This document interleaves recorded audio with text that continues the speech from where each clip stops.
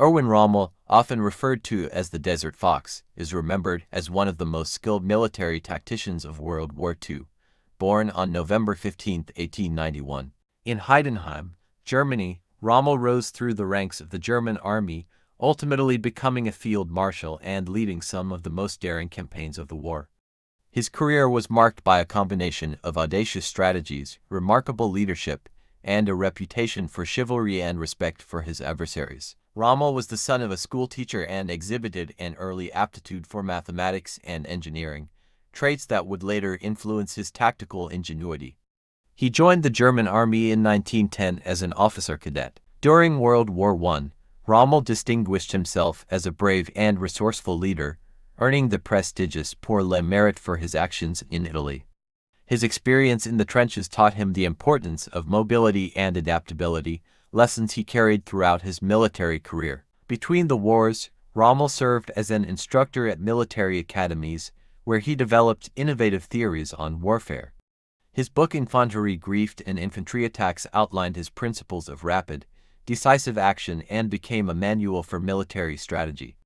These ideas would later define his leadership in World War II. Rommel gained national attention during the invasion of France in 1940. As the commander of the 7th Panzer Division, he executed a series of lightning-fast maneuvers, earning his division the nickname Ghost Division due to its ability to appear and disappear unexpectedly.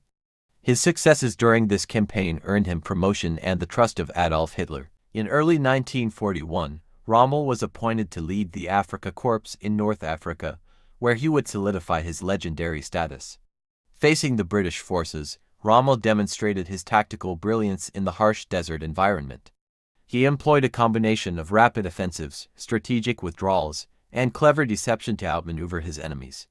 His victories at Tobruk and Gazala stunned the Allies and made him a household name. Despite limited resources and supply lines, Rommel's leadership brought the German-Italian forces to the brink of capturing Egypt. However, the tide turned at the Second Battle of El Alamein in 1942, where British General Bernard Montgomery's well-prepared forces halted Rommel's advance.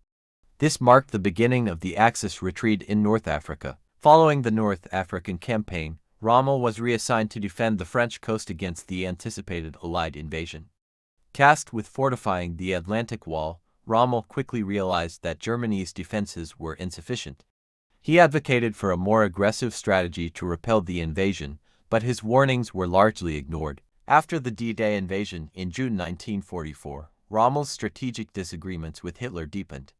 Disillusioned with the Nazi regime, Rommel became tangentially involved with the July 20 plot to assassinate Hitler.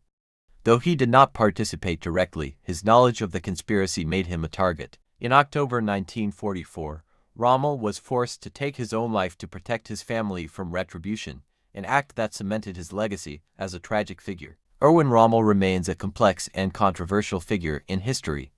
His tactical genius and leadership earned him the respect of both his allies and enemies.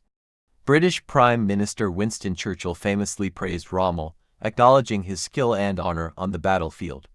However, his association with the Nazi regime and his role in its campaigns raised difficult questions about his place in history.